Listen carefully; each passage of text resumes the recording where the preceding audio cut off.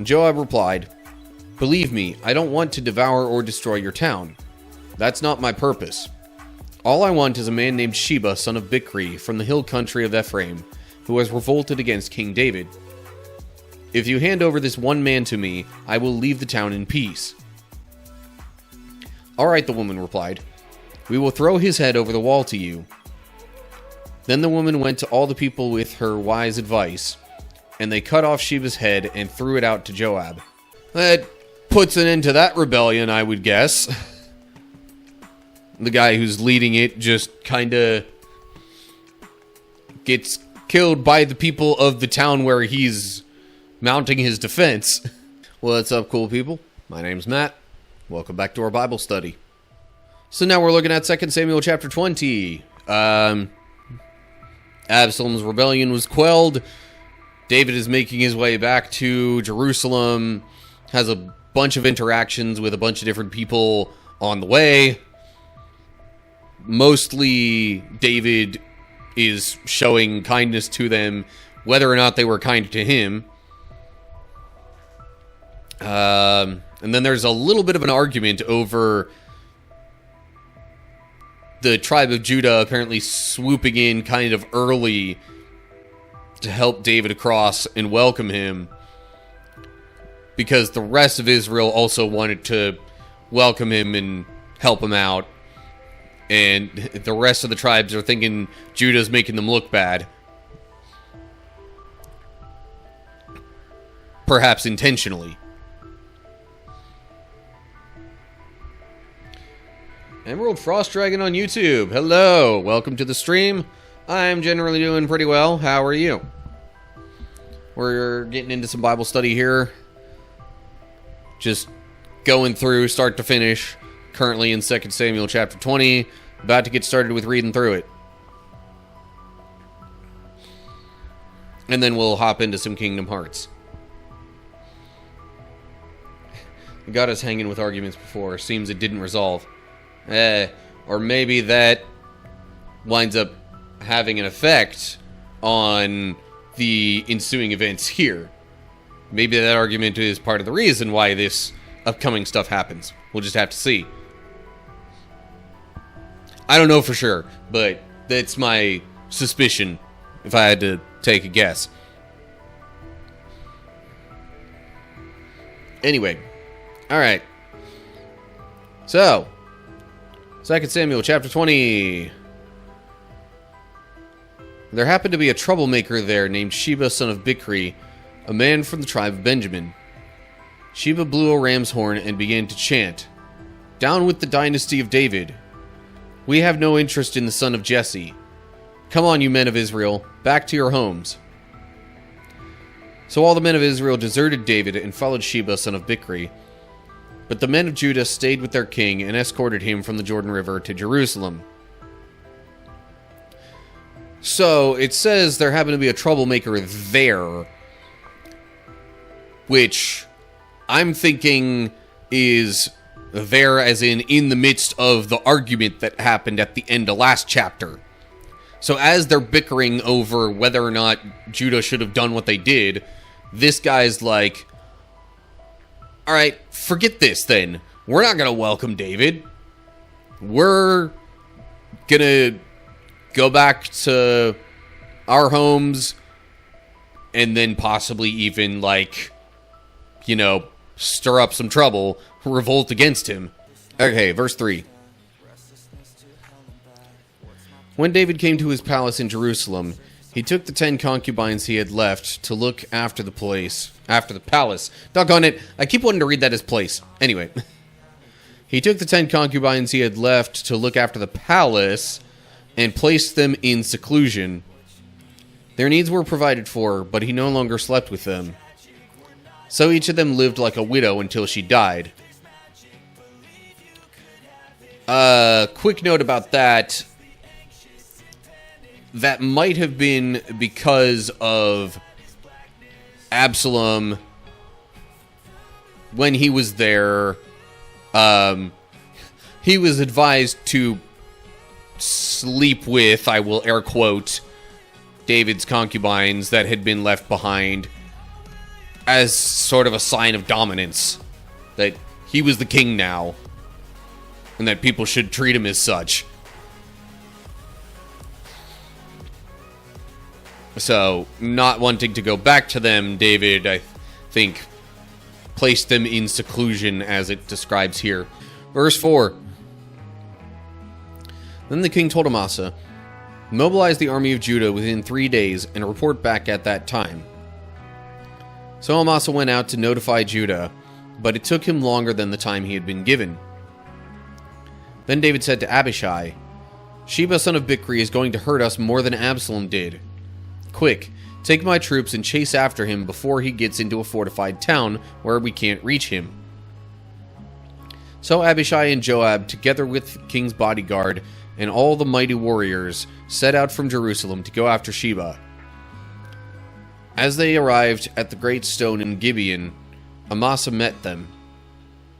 Joab was wearing his military tunic with a dagger strapped to his belt. As he stepped forward to greet Amasa, he slipped the dagger from its sheath. Hang on a sec. Before I continue that. So, the king was trusting Amasa to, I guess, go and either quell the rebellion or, like, try to bring about some peace or something. Or at least figure out what was going on. But it took Amasa too long.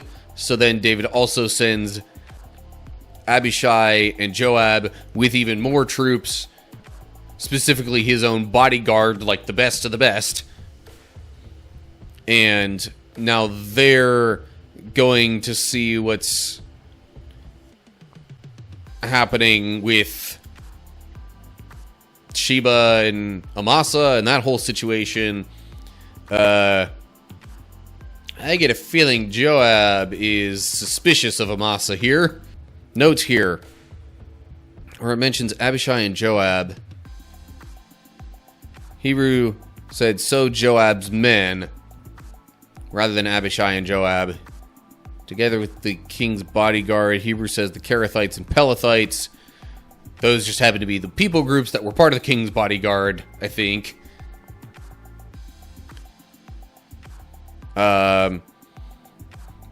And where it's mentioning the dagger, Hebrew says, as he stepped forward, it fell out. This makes it seem more intentional. Which, I guess we'll see what happens with that whole dagger and his exchange with Amasa here in a bit. Verse 9. How are you, my cousin? Joab said, and took him by the beard with his right hand as though to kiss him. Amasa didn't notice the dagger in his left hand, and Joab stabbed him in the stomach with it so that his insides gushed out onto the ground. Joab did not need to strike again, and Amasa soon died. Joab and his brother Abishai left him lying there and continued after Sheba. So, yeah, whether it was a trust issue or just Joab trying to take matters into his own hands again, Joab kills Amasa and decides, okay, we're going to take it from here.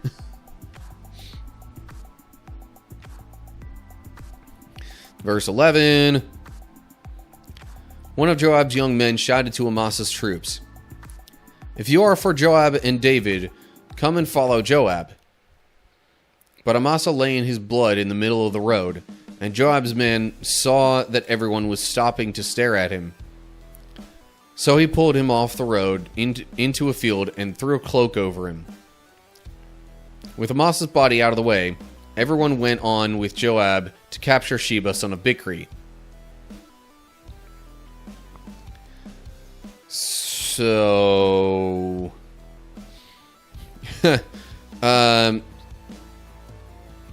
So, a man from Joab's group is trying to tell those that were following Amasa, hey, come join us. We're going to take care of this together, assuming you're with us. It mentions everyone stopping and staring at Amas's dead body, basically. And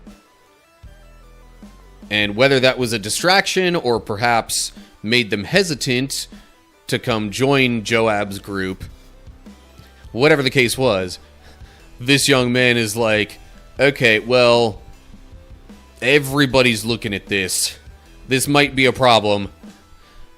Drags him away and covers him up so that all of that stops, I guess.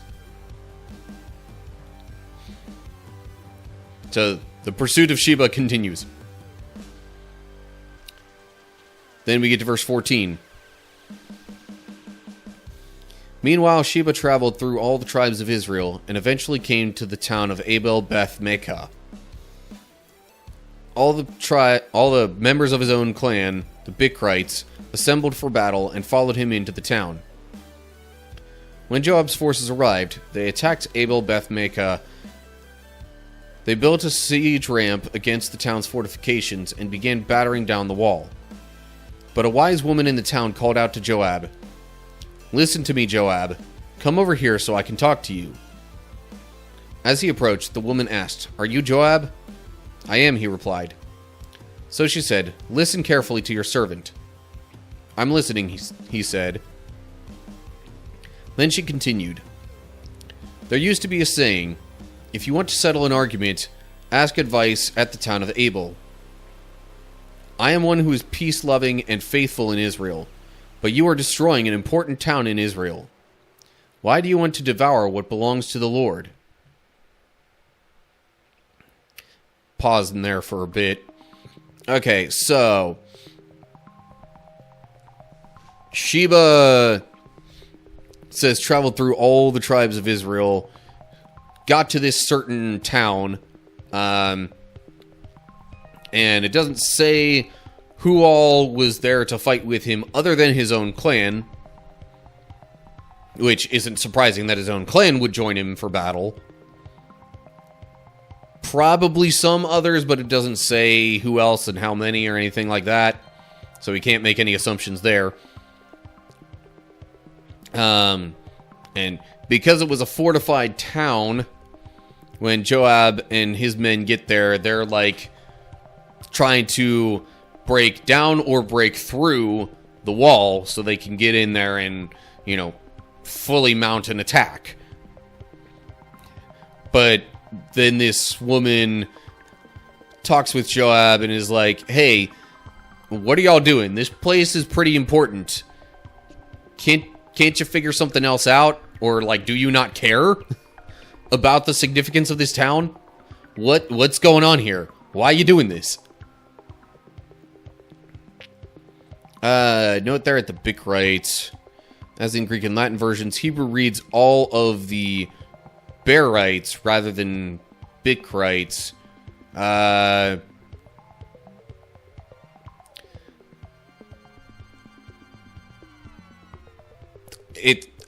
don't recall any particular other mention of any Berites or Bichrites, so it might have just been a way of different ways of referring to the same people, or just a translation oddity or something like that. I don't know if there was any particular significance to either name, or if they were different groups of people, how that might have made a difference in things. But I mean, Bichri was just, I think it just mentioned that Bichri was the father of Sheba here. Yeah. So, like, he was of the tribe of Benjamin. Like, their clan within Benjamin wasn't necessarily named the Bichrites just because that was Sheba's father's name. It might have been that the Berites were the name of the broader clan, but this is saying Bichrites because otherwise it doesn't make much sense how they would be associated with Sheba. I'm not totally sure on that. I'm trying to make some sense of it, though. Also, note down here when the woman is talking with Joab, destroying an important town in Israel, the note there says, Hebrew might read a town that is a mother in Israel. Just another way of referring to the importance of it, I guess. Possibly also signifying sort of a caring nature of the town, one that seeks to help others, or Israel as a whole, because it did mention people going to there for advice. So, anyway, it was important in some way for sure, whatever the wording is there. Alright, so, after the woman asks, why are you guys doing this? We get to verse 20. And Joab replied, believe me, I don't want to devour or destroy your town. That's not my purpose. All I want is a man named Sheba, son of Bichri, from the hill country of Ephraim, who has revolted against King David. If you hand over this one man to me, I will leave the town in peace. All right, the woman replied. We will throw his head over the wall to you. Then the woman went to all the people with her wise advice, and they cut off Sheba's head and threw it out to Joab. So he blew the ram's horn and called his troops back from the attack. They all returned to their homes, and Joab returned to the king at Jerusalem. That puts an end to that rebellion, I would guess. The guy who's leading it just kind of gets killed by the people of the town where he's mounting his defense. So, like, if they didn't support him, who knows what else was going to happen to, like, the other men that were supporting him and how the rest of that was going to go. I would guess not well if they continued rebelling. Okay, verse 23. Now Joab was the commander of the army of Israel. Benaiah, son of Jehoiada, was captain of the king's bodyguard. Adoniram was in charge of forced labor. Jehoshaphat, son of Ahilud, was the royal historian. Shiva was the court secretary. Zadok and Abiathar were the priests. And Ira, a descendant of Jair, was David's personal priest. Okay, odd that it would mention that there. Unless this is kind of saying like, okay, now that things have settled down a bit, here's who was in charge of things. That's my best guess. I mean, we knew Joab was commander. And I think some of these other roles were mentioned before. So it might also be wanting to point out some distinctions and differences between who was in charge of different things when David started out as king versus how it came to be at this point after these various rebellions and revolts. There's a note here at Adoniram that says in the Greek version, which might also share a cross-reference with 1 Kings. Hebrew reads Adoram. So rather than, I guess the nai isn't there in the Hebrew, but again, might be a little hard to tell because Hebrew is a very different language. It like didn't even have vowels. At least ancient Hebrew didn't even have vowels and certain other letters that we would tend to think of.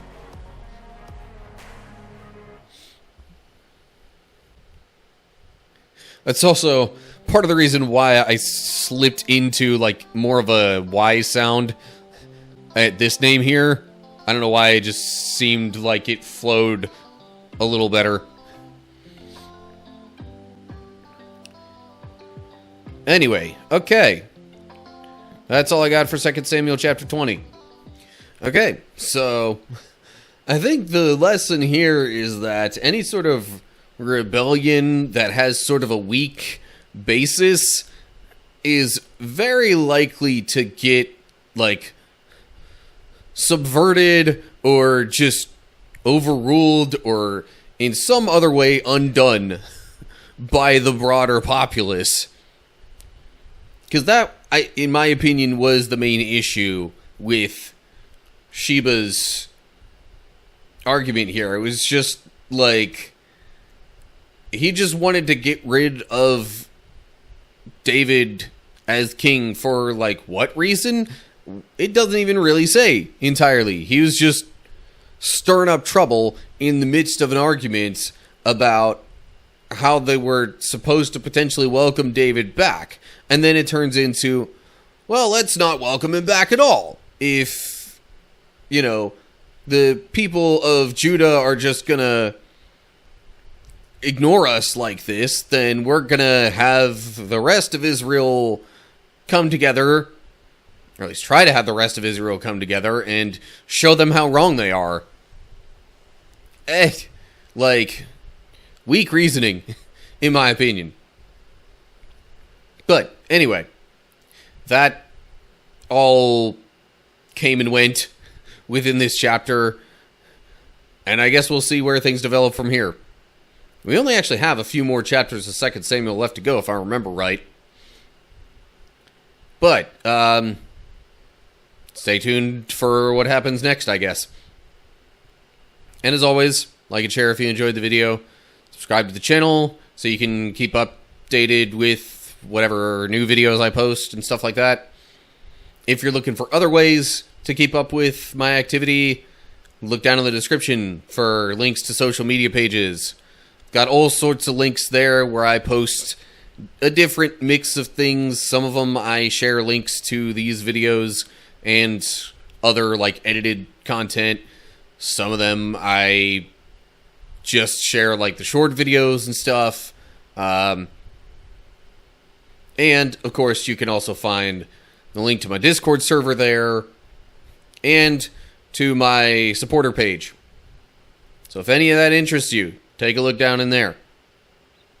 And while you're at it, if you have any thoughts that you'd like to let me know about, leave that down in the comments section just below all of that. Well, that's going to do it for now. Hope you're all doing well. Hopefully I'll see you soon for another video. But whatever the case is, till next time, stay cool, people.